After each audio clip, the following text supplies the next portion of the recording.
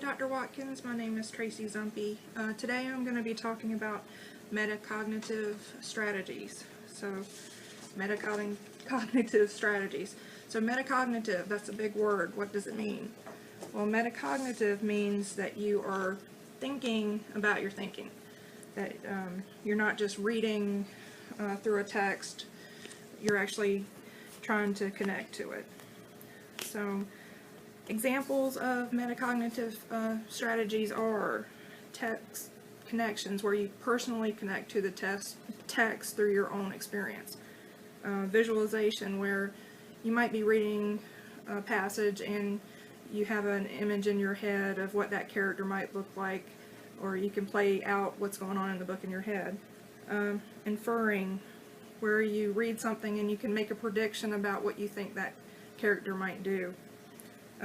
Synthesizing is when you take more than one strategy and use them together to help you understand your reading. Monitoring for meaning means that as you're reading through the text, if you come across a word that you don't understand, you can come up with a strategy to help understand what that word means if you need to look it up, or it makes you think about what you need to do to figure out what that word means.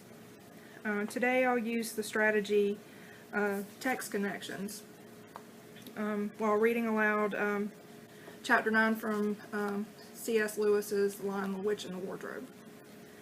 Okay, so I will be looking for text to self connections, where I connect it to my own life, text to text, where I connect it to another text that I've read, and text to real life or the world, something that's actually happening in real life. Okay, so before I start reading, I'm going to review where we left off. So if you remember where we were in the story, Lucy, Peter, Susan, and Edmund are at the house of Mr. and Mrs. Beaver. They've just learned about the true nature of the White Witch, that she's not human, and about the prophecy involving Aslan, and about the prophecy involving themselves, the two daughters of Adam, or two daughters of Eve and two sons of Adam.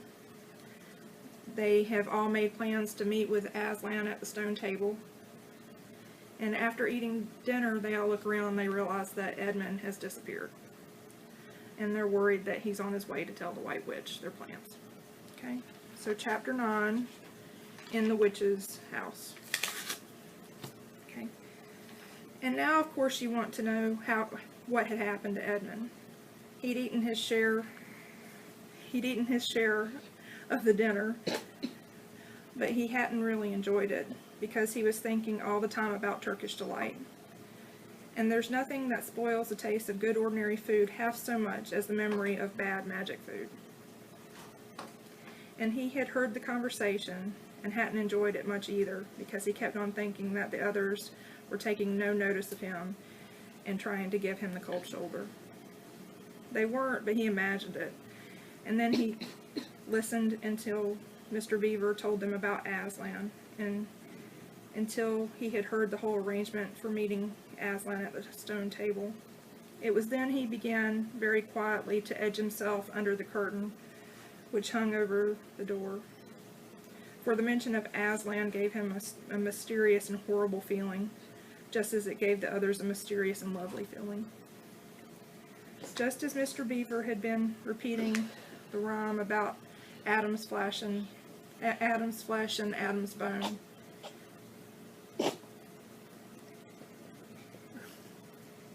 Adam's flesh and Adam's bone, Edmunds had been very quietly turning the door handle, and just before Mr. Beaver had begun telling them that the White Witch wasn't really human at all, but half a djinn and half a giantess, Edmund had got outside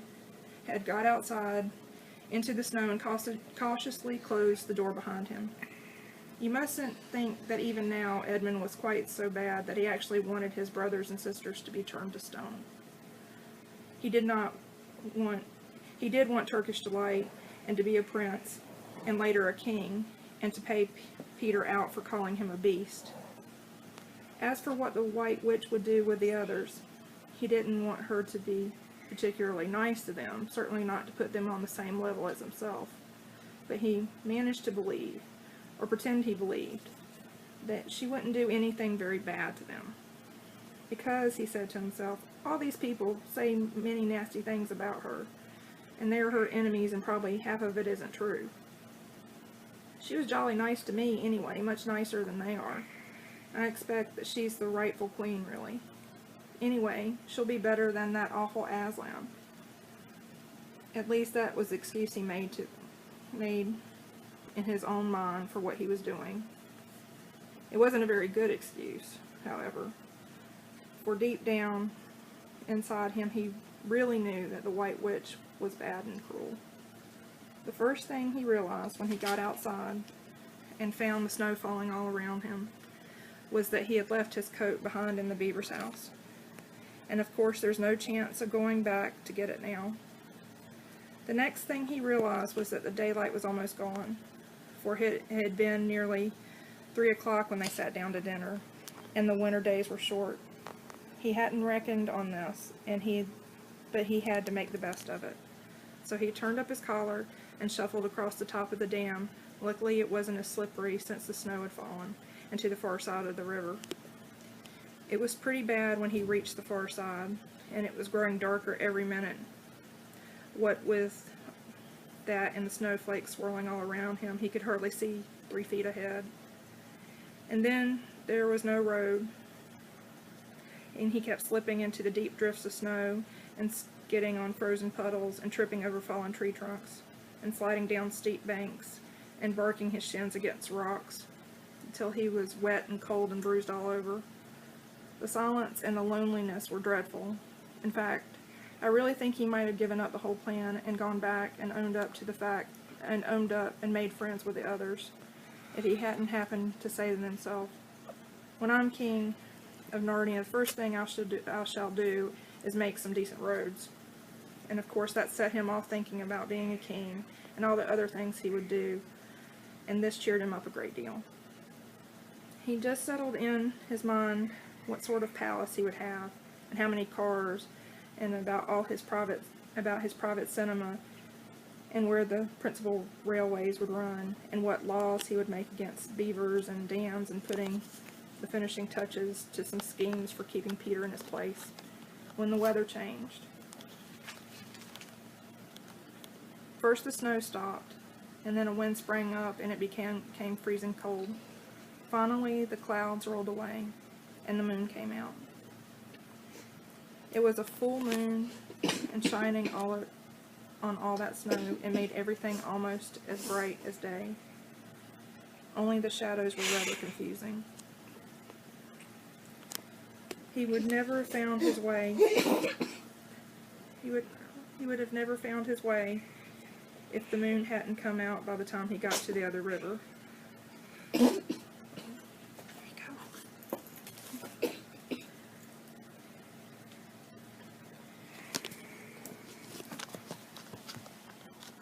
If he hadn't come out by the time he had got to the other river. You remember he had seen when they first arrived at the Beavers, a smaller river flowing into the great one lower down. He now reached this and turned to follow it up. But the little valley down which it came was much steeper and rockier than the one he had just left, and much overgrown with bushes, so that he could have not even managed it at all in the dark. Even as it was, he got wet through, and he had to stoop under branches, and great loads of snow came sliding off onto his back. And every time this happened, he thought more and more how he hated Peter, just as if all this had been Peter's fault. But at last he came to a part where it was more level, and the valley opened out, and there on the other side of the river, quite close to him, in the middle of a little plain between two hills, he saw what must be the White Witch's house.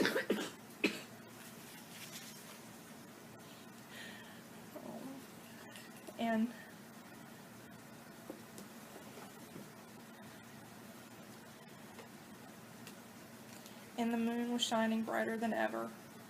The house was really a small castle. It seemed to be all towers, little towers with long pointed spires on them, sharp as needles.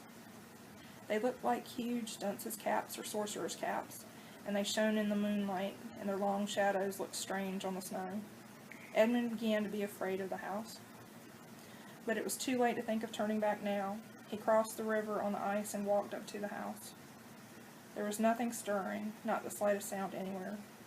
Even his own feet made no noise on the deep, newly fallen snow. He walked on and on past corner after corner of the house, and past turret after turret to find the door. He had to go right round to the far side before he found it. It was a huge arch, and the great iron gate stood wide open. Edmund crept to the arch and looked inside the courtyard, and there he saw a sight that nearly made his heart stop beating. Just inside the gate, with the moonlight shining on it, stood an enormous lion, crouched as if it was ready to spring, and Edmund stood in the shadow of the arch, afraid to go on and afraid to go back, with his knees knocking together. He stood there so long that his teeth would have been chattering with cold, even if they hadn't been chattering with fear. How long this really lasted, I don't know, but it seemed to Edmund to last for hours.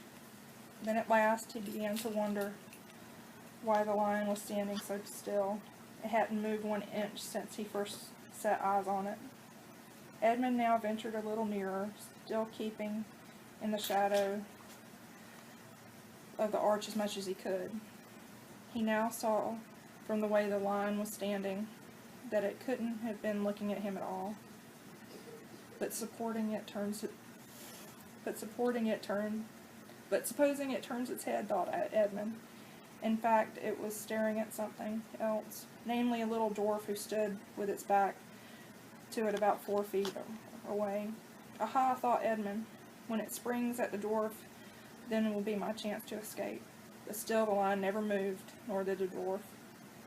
And now, at last, Edmund remembered what the others had said about the White Witch turning people into stone. Perhaps this was only a stone lion.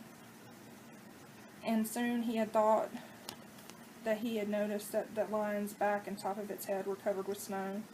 Of course, it must only be a statue. No living animal would let itself get covered with snow. And very slowly, with his heart beating as if it would burst, Edmund ventured to go up to the lion.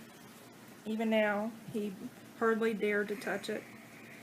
But at last he did put out his hand very quickly and did. It was cold stone. He had been frightened of a mere statue. The relief which Edmund felt was so great that in spite of the cold he got suddenly warm all over, right down to his toes. And at the same time there came into his head what seemed a perfectly lovely idea.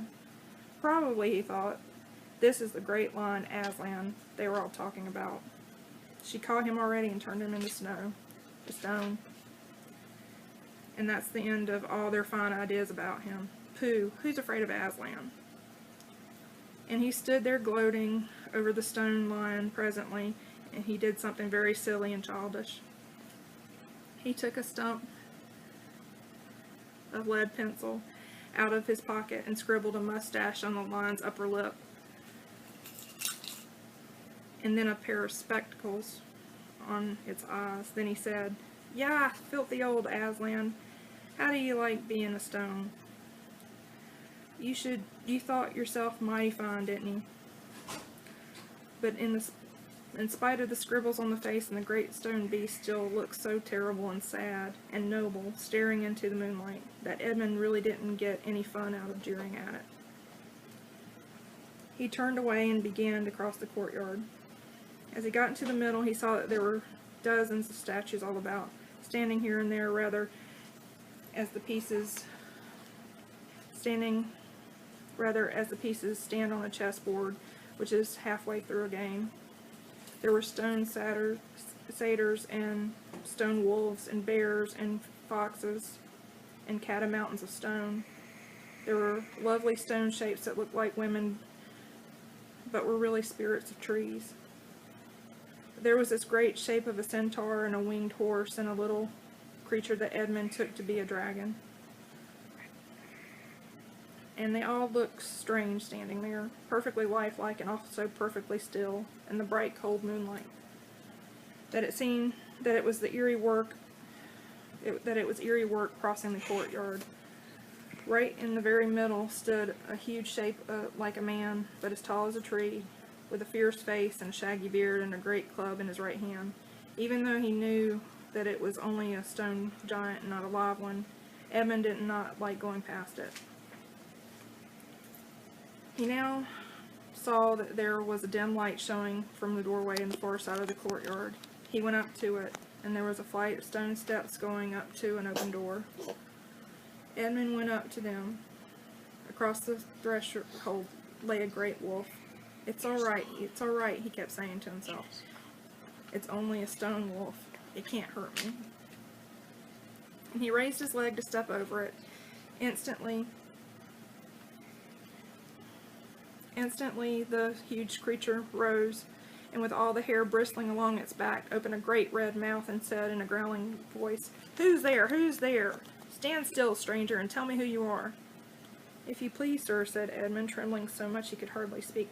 My name is Edmund, and I'm the son of Adam that Her Majesty met in the wood the other day, and I've come to bring her the news that my brother and sisters are now in Narnia, quite close, in the beaver's house. She wanted to see them." "I will tell Her Majesty," said the wolf. "Meanwhile, stand still on the threshold as you value your life." Then it vanished into the house. Edmund stood and waited, his fingers aching with cold and his heart pounding in his chest, and presently the gray wolf Malgrim, the chief of the witch's secret police, came bounding back and said, come in, fortunate favorite of the queen, or else not so fortunate." And Edmund went in, taking great care not to tread on the wolf's paws. He found himself in a long gloomy hall with many pillars, full, as the courtyard had been, of statues. The one nearest the door was a little fawn, with a very sad expression on his face, and Edmund couldn't help wondering that this might be Lucy's friend. The only light came from a single lamp, and close behind this sat the White Witch. "I've come, Your Majesty," said Edmund, rushing eagerly forward. "How dare you come alone?" said the witch in a terrible voice. "Did I not tell you to bring the others with you?" "Please, Your Majesty," said Edmund, "I've done the best I can. I've brought them quite close. They're in a little house on top of the dam just up the river with Mr. and Mrs. Beaver." A slow, cruel smile came over the witch's face. "Is this all your news?" she asked.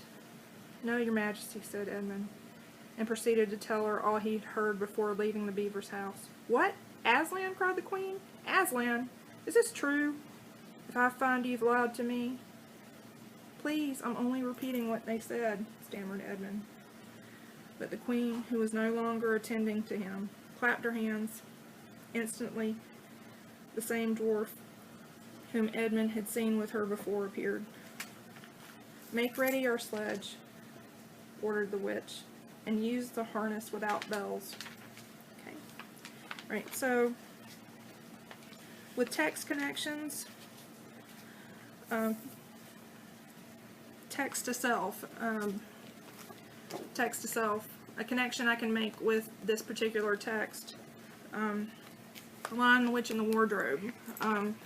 When I was in 5th grade, my teacher started reading the Narnia books to our class, and I have that memory of sitting on the carpet and being excited to hear what happened in the story. So I'm going to use a graphic organizer that has text to self, text to world, and text to text. So if I'm thinking of that memory from 5th grade, I'm going to put that in text to self.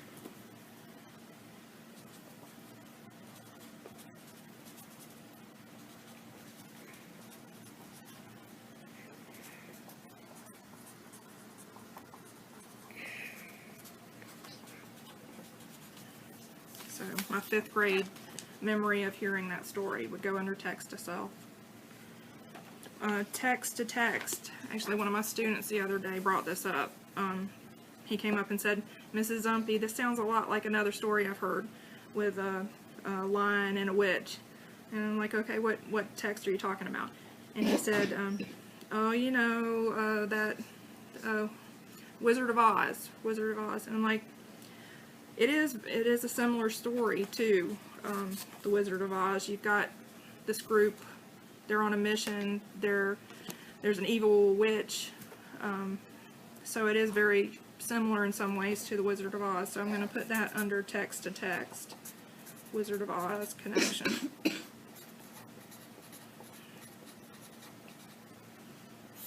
So that's going to go under my text to text. And for my last connection, text to the world or real life. If you think about the time period that this took place, all the children are in Narnia.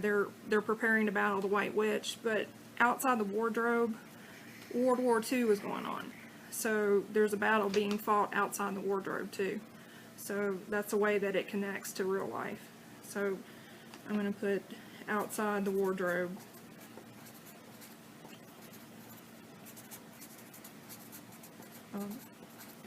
World War II was going on.